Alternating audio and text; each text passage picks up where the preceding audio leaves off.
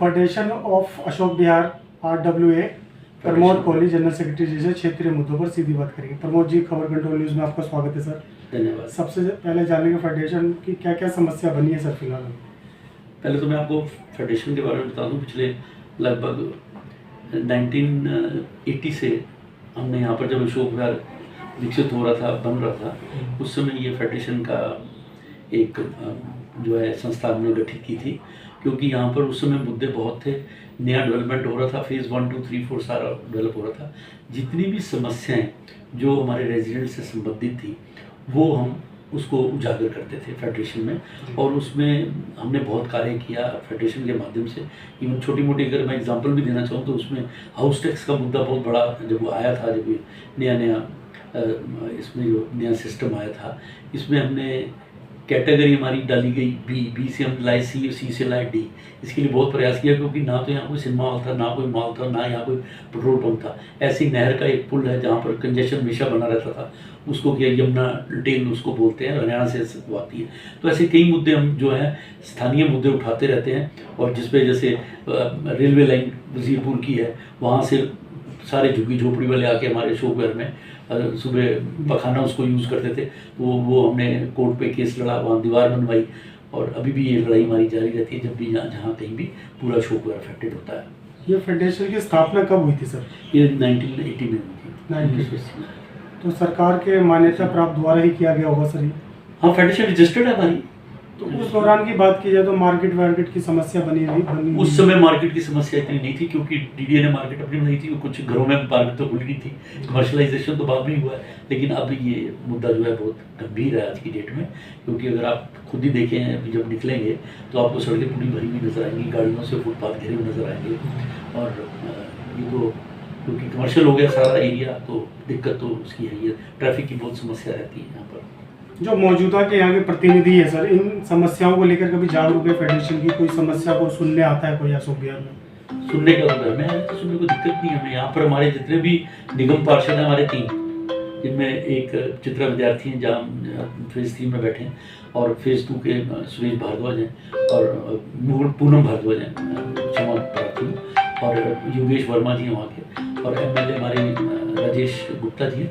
ये एक बड़ा अशोक विहार जो एरिया है ना, ये मुझे नहीं पता, जो मेरी फीलिंग है वो ये है कि हमारा ये बड़ा परिवार वाला मुद्दा, पारिवारिक। कभी भी हमारी मीटिंग थी रामलला में, सब लोग वहाँ पर आए हुए थे, तो एक परिवार सा है। इसमें कोई राजनीति भी नहीं ज़्यादा करता। अगर हमने कोई काम कह दिया तो उसमें कोई रोड़ा नहीं उठाता कि ये बीजेपी अगर कर रही है तो आप वाला कहेगा कि मैं नहीं करने दूंगा इसको, या पार्षद कहे मेरे दखलंदाजी को कर रहा है।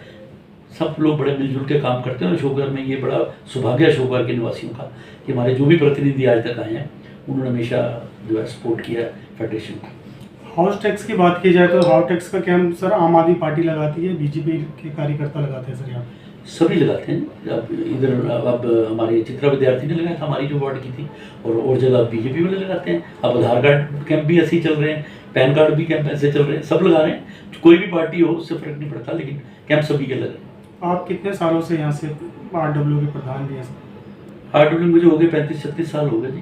36 साल से लगातार नहीं, बीच में कभी एक आधा मेरी गैप है, लेकिन फेडरेशन से मैं पिछले 25-30 सालों से जुड़ा हुआ। फेडरेशन से आप शुरू से ही जुड़ा हुआ हूँ। जनरल सेक्रेटरी, पहले मैं ट्रेजरर था, ट्रेजरर से मैंने महामंत्री की ली, और हमारे जो प्रधान है वो डॉक्टर SC गुप्ता है, doctor MBBS doctor, chief retired हैं वहाँ CGHS से, बड़ी हाई पोस्ट है। सर, सुरक्षा व्यवस्था की बात की जाए तो आपके इस फ्लैटों के अंदर सुरक्षा व्यवस्था के लिए CCTV कैमरे वगैरह RWA ने लगाया है या वेलफेयर एसोसिएशन ने लगाया है? नहीं, हमारे यहाँ CCTV कैमरे जितने भी हैं वो विधायक ब्रजेश गुप्ता जी के द्वारा दिल्ली सरकार द्वारा लगे हैं, और लगभग यहाँ 50 कैमरे जो हैं इस ब्लॉक में हैं, जहाँ से पूरा सर्विलेंस रखते हैं आने जाने। सुरक्षा व्यवस्था की बात की जाए तो कभी कोई अनसुन तो नहीं होगी सर? होती तो स्वाभाविक है, जहाँ पर इतने लोग रहेंगे छोटी मोटी चोरियाँ तो चलती रहती हैं, लेकिन ईश्वर की कृपा है कि इस इलाके में होते हैं हादसे, बड़े भी होते हैं। जो रेलवे लाइन की तरफ कोठियाँ, वहाँ पर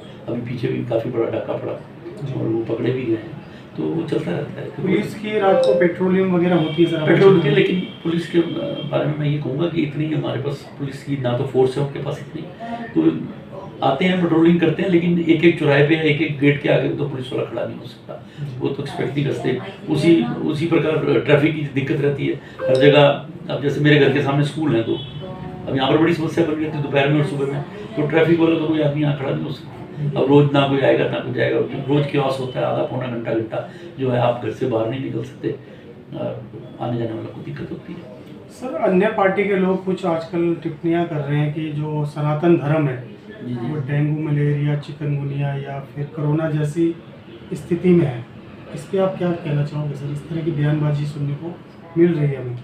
किस में दोबारा प्रश्न कर? जो सनातन धर्म है हिंदुओं का, हाँ, बिल्कुल। उस पर कुछ अन्य पार्टी के लोग कह रहे हैं कि ये जो धर्म है सनातन धर्म, ये मलेरिया है, चिकनगुनिया है या फिर वो कोरोना है सर। इस पे आप क्या कहेंगे? इस तरह की बातें लोग बोल रहे हैं। ये जो लोग भी कर रहे हैं रेशो हमारे रेशो से बहुत कम है, तो यहाँ तो कोई भी टिप्पणी कर सकता है। उनके बारे में करो तो एकदम उछल जाते हैं कि हमारे बारे में ऐसे बोल दिया, तो मैं नहीं मानता इन बातों को ज़्यादा विशेष ध्यान देना। तो जिन लोगों ने इस तरह की बयानबाजी की है उन्हें तो सजा मिलना चाहिए सर। नहीं, जो ऐसी बातें करें उनको बिल्कुल आप ठीक कह रहे हैं कि उनका कोई ना कोई समाधान तो होना ही चाहिए ऐसे लोगों को। जो चंद्रयान की जो सफलता वैज्ञानिकों को मिली है सर हमारे देश में, इसका श्रेय किसे देंगे आप? वैज्ञानिकों को देना चाहेंगे या केंद्र सरकार को देना चाहेंगे, जो इससे पहले कांग्रेस पार्टी की सरकार रही लगातार 15 साल, उन्हें देना चाहिए? ये देखिए, सभी सरकारें इन्वॉल्व होती है, सरकारें आती हैं, सरकारें जाती हैं, लेकिन जो साइंटिस्ट के मिशन है वो तो कई सालों से चल रहे थे। एक दिन में तो कोई पैदा चीज़ हो नहीं जाती, उसके लिए सबने प्रयास किया, तो और सभी बधाई के पात्र हैं, चाहे कोई भी हो उसमें। सरकार जो अब मौजूदा सरकार है वो भी बधाई की पात्र है, और साइंटिस्ट तो है ही है, क्योंकि हम रहे ना रहे, आज आप सियासत में 5 साल के लिए आए हैं, 5 साल के बाद दूसरी सरकार आ जाएगी, आपने कोई काम शुरू कर दिया। अब हमारे यहाँ कई फ्लाईओवर बने थे दिल्ली में, जिन्होंने शुरू किए उनको वो भी इन्वॉल्व है, जो अब की सरकार है वो भी इन्वॉल्व है, सभी इन्वॉल्व है उसमें। 24 में क्या लगता है सर, आप परिवर्तन चाहते हैं, नहीं चाहते हैं, या पुनः मोदी जी को लाना चाहते हैं, या महागठबंधन की जो तैयारी कर रही है कांग्रेस, उन्हें सपोर्ट करेंगे आने वाले समय में? जी देखिए जी, मैं तो क्योंकि मैं आरडब्ल्यू रिप्रेजेंट करता हूँ, मैं किसी विशेष पार्टी से अपना को जोड़ के नहीं चाहता हूँ। हम तो कहते हैं जो आदमी काम करे, जिसको आपने परख लिया उसको आप वोट दें, और चाहे वो नेशन का मुद्दा हो, तो जिसको आपने परखा हुआ है, आपको अच्छा लग रहा है उसको आप वोट दीजिए। और आप इसी तरह, मैं कई मंच पे ये भी बात रखता हूँ, जैसे अभी एक छोटा सा एरिया है जहाँ हम बैठे हुए हैं, आप मेरे फेज 3 में बैठे हुए, तो मेरा जहाँ भी फेडरेशन के माध्यम से हम कोई बात रखते हैं, तो हम ये कहते हैं कि आप जब अपने घर से निकलते हो तो पहले तो अपनी गली देख लो, अपनी नाली देख लो, फिर गेट के बाहर अपनी सड़क देख लो, फिर आप बाहर अशोक विहार की तरफ जाओ तो अशोक विहार की कंडीशन देखो, फिर आप दिल्ली की कंडीशन देखो, फिर आप जो है उस बारे में मुद्दे में सोचो कि मेरा विधायक कैसा होना चाहिए, मेरा काउंसलर कैसा होना चाहिए, मेरे देश का प्राइम मिनिस्टर कौन होना चाहिए। ऐसे मुद्दे लेकर हम चलें जो हित में हो सारे पूरे हिंदुस्तान के, वैसे मुद्दे में देनी चाहिए वोट। सर, अंत में आपसे जान लेंगे, आपके यहाँ आपके क्षेत्र विधानसभा में आम आदमी पार्टी के भी विधायक है, प्लस भाजपा से भी निगम पार्षद है सर यहाँ पे, तो बेस्ट काम किसका लगता है सर?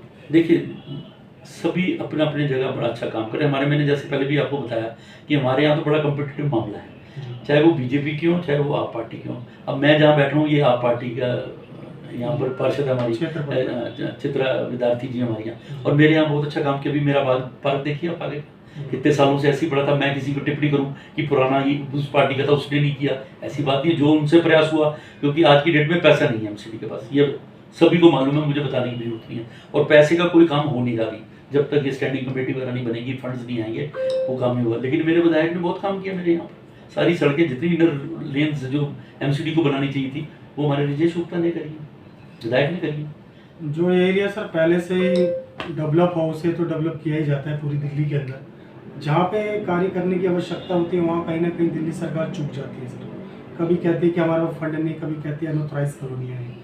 तो इस तरह का समाधान भविष्य में कभी होगा या इसी तरह राजनीति चलती रहेगी सर? देखिए, राजनीति तो राजनीति के हिसाब से चलेगी। यहाँ पर मेरे बिल्कुल साथ में झुग्गियाँ हैं जहाँ मैं रह रहा हूँ, जहाँ बैठे हुए हैं।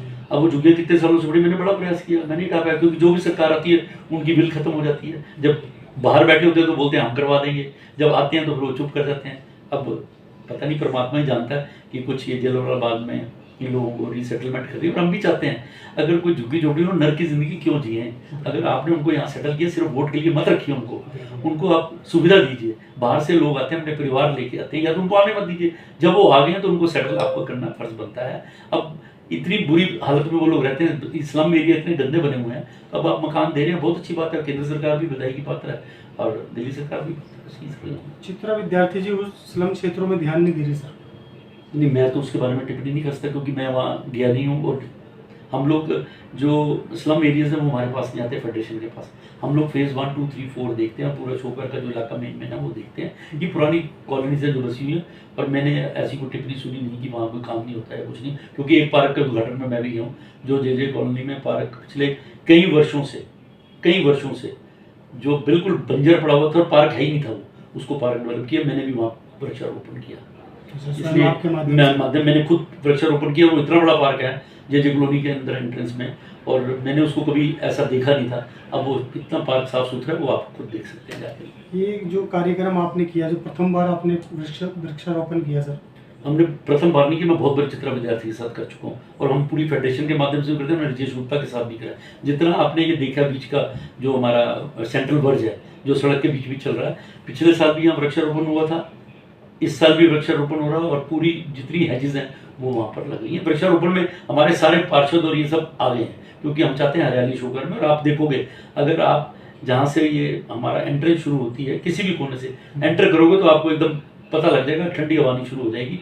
यहाँ पेड़ पौधे बहुत हैं शोकर। तो जो आपने वृक्षारोपण किया है सर, वो काफ़ी बड़े हुए होंगे पेड़ पौधे? बड़ा ध्यान देना पड़ता है जी उनके लिए। बिल्कुल, हमने बच्चों- फेडरेशन के माध्यम से कहीं पैसा भी खर्च किया, ऐसी बात नहीं है। हमने उनकी फेंसिंग भी लगवाई कई जगह पे। आप अगर बाहर देखेंगे सेंट्रल वर्ल्ड में कई जगह फेंसिंग नजर आएगी, ताकि उसको जो है जानवर वगैरह ना तोड़ दें, और लोग टापते हैं वर्ज को, उस पर ना तोड़ दें। तो प्रोटेक्शन पे हम भी लोग बड़े जागरूक हैं।